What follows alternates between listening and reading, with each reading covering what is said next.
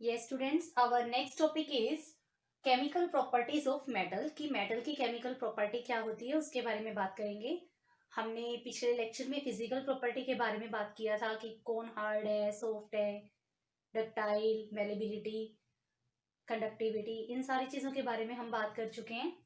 तो first of all you have to know that symbol denotation की metals को कैसे डिनोट करते हैं। वो सिंबल हैं कुछ, जैसे एल्यूमिनियम को Al से डिनोट करते हैं, कॉपर को Cu से, जिंक को Zn से, गोल्ड को Au से, सिल्वर को Ag से, आयरन को Fe से, ठीक है, मैग्नीशियम को Mg से, सोडियम को Na से, पोटेशियम को K से, लेड को Pb से, और ऐसे ही बहुत सारी जो भी मेटल्स हैं उनको हम ऐसे नाम दिए होते हैं, यानी कि ये सिंबल है उनके लिए।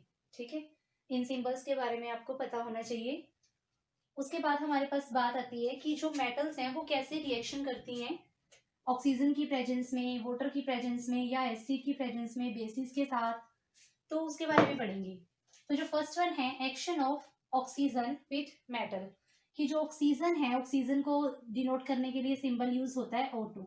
ओके, कि जो ऑक्सीजन है वो मेटल के साथ रिएक्शन करता है तो क्या मिलता है। तो जब भी कोई मेटल ऑक्सीजन के साथ रिएक्शन करता है तो क्या मिलता है, मेटल ऑक्साइड मिलता है, यानी कि इसके साथ जुड़ जाता है वो। ठीक है, मेटल का ऑक्साइड देगा वो। फॉर एग्जाम्पल मैग्नीशियम था, magnesium plus oxygen give rise to 2MgO।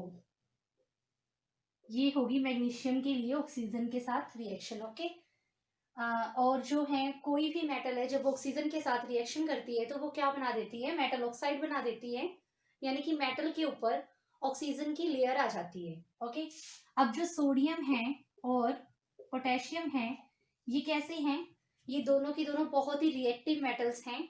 Air की प्रेजेंस में ये रिएक्शन कर जाते हैं बहुत जल्दी से। ओके, उसके बाद जो सिल्वर है हमारे पास, सिल्वर या फिर गोल्ड, Au से डिनोट करते हैं, सिल्वर को Ag से डिनोट करते हैं। ये गोल्ड है हमारे पास। एक प्लैटिनम होता है, ये जो है एयर की प्रेजेंस में रिएक्शन नहीं करते, कि अगर इनको हम एयर की प्रेजेंस में बर्न करते हैं, जलाते हैं, तो ये क्या नहीं होते, किसी भी तरीके से खराब नहीं होते। ठीक है, लेकिन जो ये है इनको एयर की प्रेजेंस में जलाते हैं, जैसे मैग्नीशियम है, अगर मैग्नीशियम को एयर की प्रेजेंस में बर्न करते हैं तो ये क्या करता है, व्हाइट कलर का पाउडर फॉर्म में प्रोड्यूस हो जाता है, व्हाइट कलर का पाउडर देता है। ओके, और जब उसको वाटर के अंदर मिक्स करके थोड़ा सॉल्यूशन बना के लिटमस पेपर पे डाल के देखते हैं, जब रेड लिटमस पे डालते हैं तो वो रेड लिटमस को ब्लू कर देता है।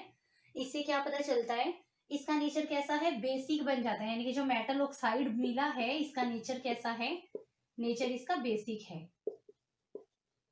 जिस वजह से बेसिक होने की वजह से ये क्या कर देता है, red litmus to blue.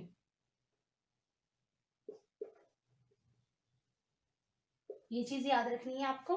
Okay, ये स्टूडेंट्स, जो नेक्स्ट हमारे पास आता है कोरोजन। कोरोजन वर्ड कहाँ से निकल के आ रहा है, जब भी कोई मेटल एयर के कांटेक्ट में आती है, मॉइस्चर के कांटेक्ट में आती है तो वो खराब हो जाती है, तो उस चीज को बोलते हैं कि मेटल क्या हो गई है, कोरोइड हो गई है, और उस प्रोसेस को बोलते हैं कोरोजन। ओके, तो कोरोजन कैसे, जैसे जो आयरन है, आयरन का रस्ट होना, तो प्रोसेस क्या हो जाती है, आयरन रस्ट हो जाता है जब एयर और वाटर मॉइस्चर के कांटेक्ट में आता है, तो क्या हो जाता है, ये रस्ट हो जाता है, और इस प्रोसेस को बोलते हैं रस्टिंग। या फिर जो सिल्वर है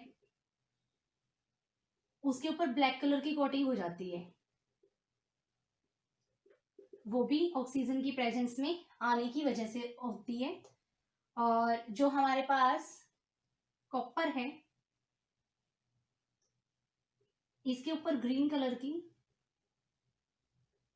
कोटिंग, ग्रीन कलर की लेयर आ जाती है, वो भी ऑक्सीजन की प्रेजेंस में आने से होती है। ओके, उसके बाद आता है action of water with metals, कि जो है मेटल है वो वाटर के साथ रिएक्शन करके क्या देती है, तो वो क्या देती है, मेटल ऑक्साइड देती है, OH लग जाता है पीछे, सॉरी मेटल हाइड्रोक्साइड, OH लग जाएगा पीछे, और साथ में हाइड्रोजन बाहर निकल जाता है। ओके, ये चीज होती है। जैसे अभी एक रिएक्शन करके दिखाती हूँ, एक रिएक्शन लिखती हूँ मैं, सोडियम है, सोडियम जब वाटर के साथ रिएक्शन करता है तो क्या देता है, NaOH प्लस हाइड्रोजन। यहाँ पे 2 लग जाएगा। इसको बैलेंस करना कहते हैं केमिकल इक्वेशंस को, आगे आप सीखोगे इसको बैलेंस कैसे करते हैं। ओके, तो ये हमारे पास किसकी है, सोडियम मेटल की रिएक्शन बताइए कि वाटर के साथ ये कैसे रिएक्ट करता है।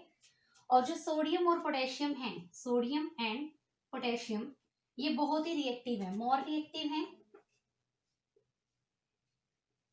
ये कोल्ड वाटर से भी रिएक्शन कर सकते हैं, कोल्ड वाटर के साथ भी रिएक्शन करके मेटल हाइड्रोक्साइड बना देते हैं और हाइड्रोजन गैस निकलती है, बर्न होना स्टार्ट कर देती है पॉप साउंड के साथ। हाइड्रोजन गैस क्या करती है, बर्न करती है विद पॉप साउंड। फिर जो मैग्नीशियम है वो जो रिएक्शन करता है वो करता है हॉट वाटर से, ठीक है। और जो हमारे पास आयरन है वो रिएक्शन करता है स्टीम से।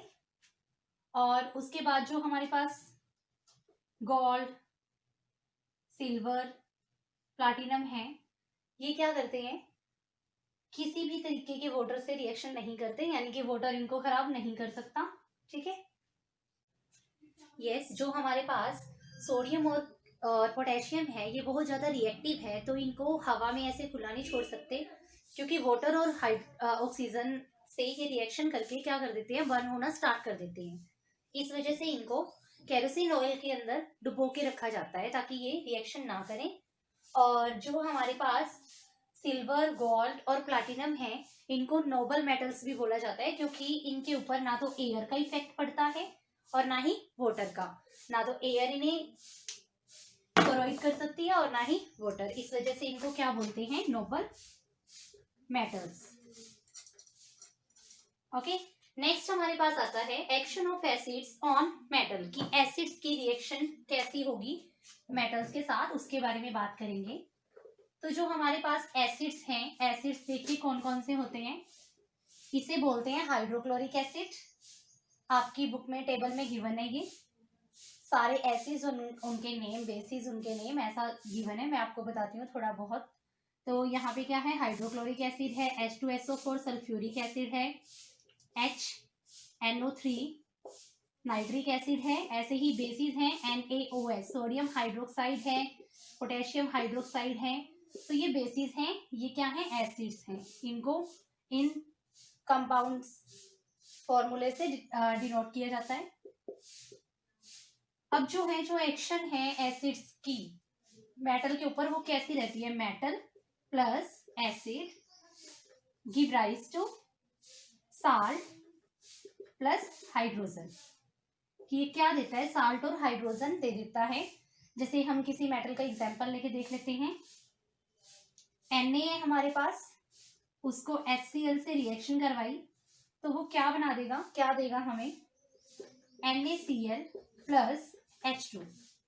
ओके, यहाँ पे बैलेंस कर लेते हैं हम इसको, वही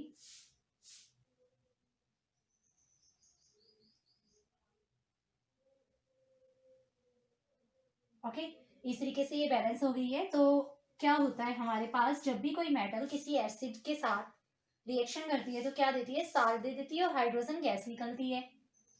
अब बात आती है कि मेटल्स बेसिस के साथ रिएक्शन करके क्या देती है, कैसे रिएक्शन होती है। तो जो मेटल है, मोस्ट ऑफ मेटल बेसिस से रिएक्शन नहीं करती है। ओके, कब करेंगी मेटल बेसिस के साथ, जब बेस क्या होगा, स्ट्रॉन्ग होगा, यानी कि मेटल तभी रिएक्शन कर पाएगी किसी बेस के साथ अगर वो बेस क्या हो, स्ट्रॉन्ग। स्ट्रॉन्ग बेसिस कौन कौन से होते हैं, ये जो मैंने दो नेम यहाँ पे दिखाए हैं ना, सोडियम हाइड्रोक्साइड और पोटेशियम हाइड्रोक्साइड, ये दोनों क्या है, स्ट्रॉन्ग बेसिस हैं। यानी कि इनके साथ मेटल्स रिएक्शन करेंगी, वीक के साथ नहीं करेंगी, वीक बेसिस के साथ किसी भी टाइप की रिएक्शन नहीं करेंगी। ओके, उसके बाद हमारे पास आता है next displacement reaction. Displacement reaction का क्या मतलब है, डिस्प्लेसमेंट वर्ड से ही समझ आइए, डिस्प्लेस करना यानी कि एक चीज को अपनी जगह से हटाना। तो उसके लिए आपको सबसे पहले क्या पता होना चाहिए, रिएक्टिविटी सीरीज है ये, कि कौन सी मेटल ज्यादा रिएक्टिव है, कौन सी कम। आपको इसे इसी सीक्वेंस में लर्न करना है। सबसे ज्यादा जो है रिएक्टिव वो क्या है, पोटेशियम सोडियम है, और सबसे कम क्या है, सिल्वर, गोल्ड और प्लाटिनम है। तो यहाँ पे क्या होता है, जो मोर रिएक्टिव है वो लेस रिएक्टिव को डिस्प्लेस कर देगी। क्या होता है, more reactive metal displaces the less reactive metal from its salt, इसके साल्ट में से।